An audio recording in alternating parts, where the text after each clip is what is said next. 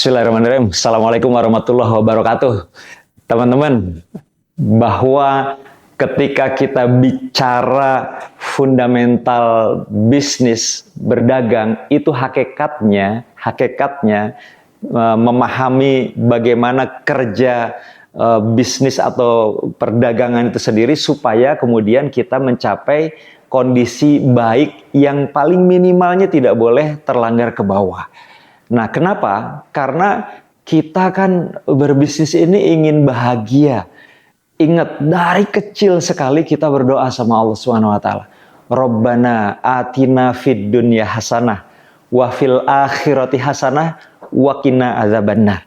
Kita sejak kecil sudah didoktrin untuk kemudian berdoa kepada Allah memohon agar bahagia di dunia, fid dunya hasanah, bahagia di akhirat, dan kemudian dilindungi dari api neraka. Nah, para ulama menjelaskan terkait dengan fid dunya hasanah itu, ini adalah kebahagiaan yang sangat luar biasa, yang dia memenuhi semua unsur baik, bagus, menurut standar keumuman manusia. Jadi yang disebut fid dunya hasanah itu adalah bahwa dia punya rumah yang lapang, yang baik, tetangga yang baik, penghasilan yang baik, kendaraan yang baik, yang bagus, kemudian kehidupan yang baik, keluarga yang baik, pendidikan yang baik. Nah, agama mana coba teman-teman yang kemudian memotivasi umatnya itu dengan dari kecil sekali itu sudah didoktrin dengan motivasi supaya menghasilkan atau hidup dalam kualitas yang terbaik. Nah, lantas kemudian para pengusaha kita nih pebisnis nggak ngerti bahasa bisnis language. Wah, itu bahaya banget. Karena kalau sudah begitu, dengan yang mendasar saja kita sudah salah kaprah, sudah kepleset, ya gimana lagi kita mau melakukan langkah-langkah yang lebih strategis lagi. Saya sering menemukan gini, ini cerita, ini fakta, bahwa ketika kemudian waktu itu ada model semacam pendampingan untuk para UMKM, mikro, kecil, itu saya sampai datang ke pengusaha mikro UMKM yang dianggap bagus. Ada yang bisnisnya bikin boneka, pengrajin itu, ada yang kemudian bikin gorengan, jadi tempe, kemudian pisang goreng. Wah, itu saya datang ke tempatnya. Saya ngobrol sama, kalau pas yang gorengan tuh ibu-ibu. Dia wah memang padat itu. Kemudian saya ngobrol, saya tanya, Bu, apa sih Bu masalah utama yang seringkali menjadi kendala pebisnis dan ibu dan teman-teman? Apa dia bilang? Modal, Kang. Hah, sebentar. Kenapa Bu modal? Ini kan Akang lihat ya, kata beliau. Akang lihat kan, memang betul. Itu nggak berhenti-berhenti yang beli. Rame betul. Dan saya juga nyicipin itu. Memang enak, gorengannya enak. Nah, nggak berhenti-berhenti laku. Tapi saya kurang modal, selalu kurang modal. Kenapa? Jadi selalu kemudian efek dari masalah yang kemudian dialami oleh para pebisnis itu ujung-ujungnya seolah bermuara kurang modal. Padahal belum tentu kurang modal. Jadi aspeknya selalu aspek di finansial. Atau kemudian ini ketika kemudian ada lag di sini, ada gap di sini gitu ya. Jadi mestinya bisnis itu sehat, ada gap dia. Gap di sini apa yang disebut dengan run out of cash.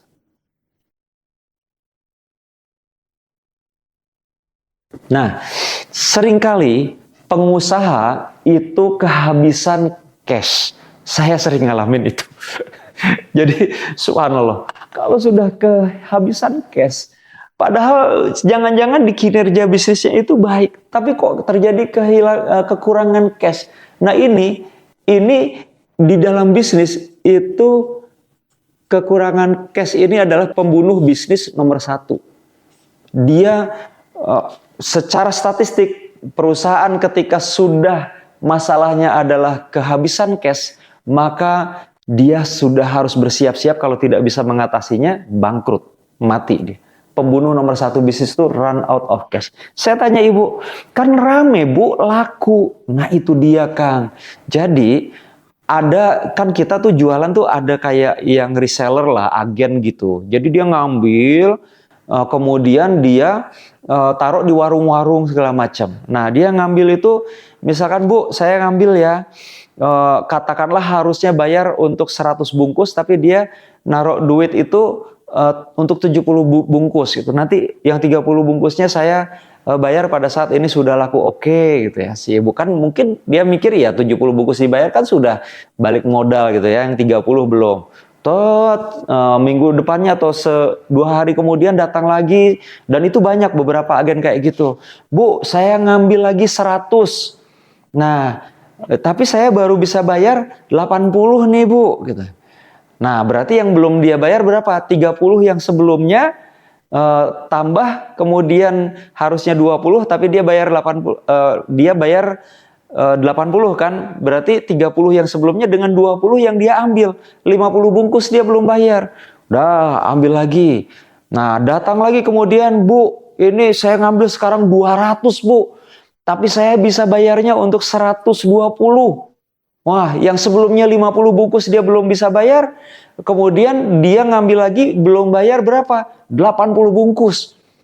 Terus seperti itu, dan itu banyak. Terus saya bilang, "Bu, kenapa masih dikasih? Udah aja di stop." Apa kata si ibu itu? "Pak, kalau yang kayak gini-gini kemudian saya stop mereka ini, terus saya dapat income dari mana?" Lah itu ibu sih. Jadinya kekurangan uang, perlu modal jadinya. Ibu kalau dapat modal harus bagi hasil enggak? Iya katanya. Saya kepada yang ngasih modal harus bagi hasil. Keuntungan ibu berarti menipis. Udah gitu ibu ngutangin. Jadi punya piutang banyak. Emang laris manis jualannya. Tapi makin lama modal ibu makin habis kan. Dan akhirnya karena modalnya habis, pinjem modal yang harus bagi hasil. Yang tadinya nggak harus bagi hasil. Marginnya jadi cubit-cubitan. Jadi makin kecil, udah gitu terus makin banyak, piutangnya makin gede. Saya bilang di stop, nggak berani karena ketergantungan sama agen yang ngambil atau reseller yang ngambil barang produk tidak langsung cash. Jadi saran saya yuk, saya juga, kita semua tidak mudah. Apalagi dalam situasi kayak gini, enggak mudah. Tetapi apalagi untuk UMKM, untuk mikro, jauh lebih aman itu cash sajalah.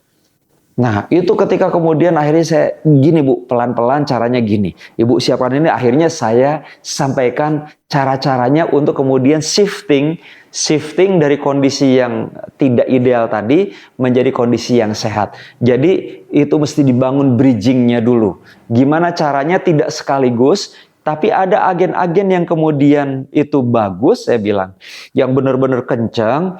Ibu kasih insentif, nggak apa-apa uangnya atau marginnya kurang. Kan kalau pinjam modal juga marginnya kurang. Nah mendingan margin itu jadi insentif yang membuat para reseller itu jadi ingin bayar cash. Ibu bilang, kalau dia datang mau ngambil 100, dia masih punya hutang yang 200 karena itu numpuk sekian banyak pengambilan. Terus dia datang lagi mau ngambil 100 bungkus. Ibu bilang gini, kalau kamu ngambil 100 sekarang, tapi kamu bayar 130, jadi dicicil tuh yang 200 tuh 30 itu dibayar, ini saya kasih diskon tambahan sekian. Nah coba bu, itu dilakukan. Nah mendingan ngasih insentif ke pembeli daripada nutupin kekurangan modal gara-gara apa memperbesar piutang. Akhirnya ngambil modal yang harus berbagi hasil. Artinya tetap sama-sama berkurang marginnya, tetapi yang ini akan menjadi solusi dengan memberikan insentif agar hutang dari para mitra reseller segala macam itu lama-lama jadi lunas. Nah, itu perlakukan sebagian-sebagian. Sehingga ketika ibu sudah punya reseller yang kemudian sehat, maka ibu bisa tegas kepada reseller yang bayarnya nggak bisa lunas-lunas. Nah, cara yang berikutnya lagi, selain ibu siapkan yang ini dengan cara begitu, ibu bina reseller baru, didik, siapkan atau cari, tapi dari awal ibu sudah cash. Biar dia gede dulu, bagus dulu, tapi selalu cash. Sampai kemudian ibu bisa tegas dengan yang susah bayar hutangnya ini. pelan-pelan ini shifting, itu namanya bridging. Nanti ujung-ujungnya bisa ideal semua. Terima kasih. Assalamualaikum warahmatullahi wabarakatuh.